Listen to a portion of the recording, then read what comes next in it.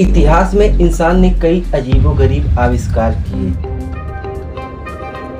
लेकिन क्या आपने कभी सोचा कि एक प्रेगनेंसी किट और दुनिया के दूसरे कोने में लाखों जानवरों की रातों रात गायब होने के बीच क्या कनेक्शन हो सकता है। सुनने में यह किसी साइंस फिक्शन मूवी का प्लॉट लग सकता है, लेकिन असलियत अक्सर फिक्शन से भी ज़्यादा खतरनाक होता है। एक एक्सपेरिमेंट जिसकी शुरुआत मेडिकल के एक चमत्कार के रूप में हुई थी, लेकिन अंत इतिहास की सबसे खामोश और खौफनाक तबाही से हुआ।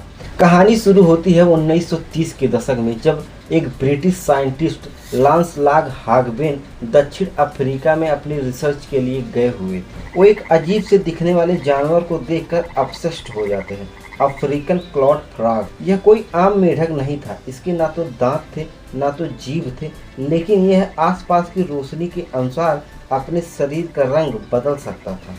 हागबेन ने उस मेढक पर कुछ एक्सपेरिमेंट किए और फिर उन्होंने कुछ ऐसा किया जो आज के समय में बहुत ज़्यादा अजीब लगे। उन्होंने इस मादा मेढक में एक गाय का HCG नामक हार्मोन को इंजेक्ट कर दिया। नतीजा ये हुआ कि मेढक ने रातों रात पानी में सैकड़ों अंडे दे दिए। वैज्ञानिकों को पता था कि प्रेग्नेंट महिला में भी HCG नामक हार्मोन पाया जाता है। एक्सपेरिमेंट के लिए उन्होंने इसे भी मेढक में इंजेक्ट कर दिया, तो 98% एक्यूरेसी के साथ मेढक अंडे देने लगे। 1930 के दौर में प्रेगनेंसी टेस्ट के लिए चूहों और खरगोशों का इस्तेमाल किया जाता था, जिनमें प्रॉब्लम ये थी कि उसमें एक हफ्ते से ज़्यादा का समय लगता था और एक्सपेरिमेंट पूरा होने के बाद उन खरगोशों को जान से मारना भी पड़ता था। ऐसे में मेढक पर किया गया एक्सपेरिमेंट एक रेवोल्यूशन की तरह था, बस एक इंजेक्शन और एक दिन में ही रिजल्ट।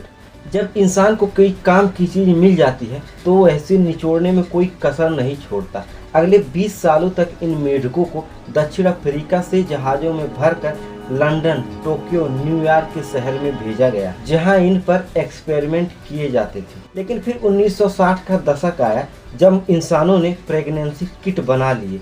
तब इन मेढकों की लैब में कोई जगह बची नहीं, इसीलिए इन्हें चुपचाप लैब से उठाकर पास के नदियों और नालों में बहा दिया गया।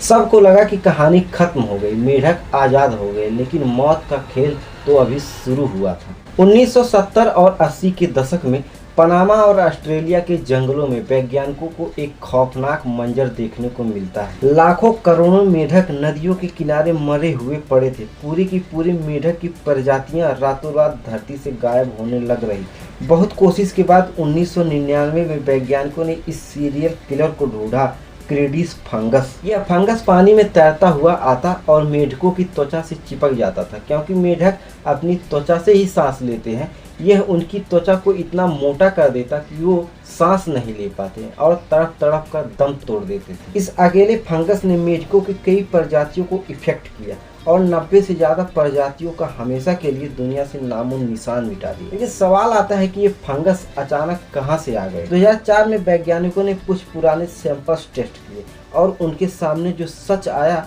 उसने उनके दिमाग को हिलाकर रख दिया। यह फंगस अफ्रीका से निकला था। पूरी दुनिया में इसे फैलाने वाले पेशेंट जीरो वो अफ्रीकन क्लॉड फ्रॉग ही थे। क्योंकि ये फंगस अफ्रीका में ही इवॉल्व हुए थे, इसीलिए वहाँ के मेढकों के पास इसके खिलाफ पहले से ही इम्यूनिटी थी। लेकिन जब इंसानों ने अपने फायदे के लिए इन मेढकों को दुनिया भर में एक्सपोर्ट किया, तो जाने अनजाने में मौत का एक फंगस उन जगहों पर भी पहुंच गया जहां के मासूम मेढकों के पास इनसे बचने का कोई चांस नहीं था। वो कहा जाता है ना कि नर्क का दरवाज़ा अक्सर अच्छे इरादों से ही खुलता है। एक साइंटिस्ट जो दुनिया का भला करना चाहता था, लेकिन उसकी एक छोटी सी चूक और एक पूरी प्रजाति के हमेशा के लिए दुनिया से नामो निशान मिट गया।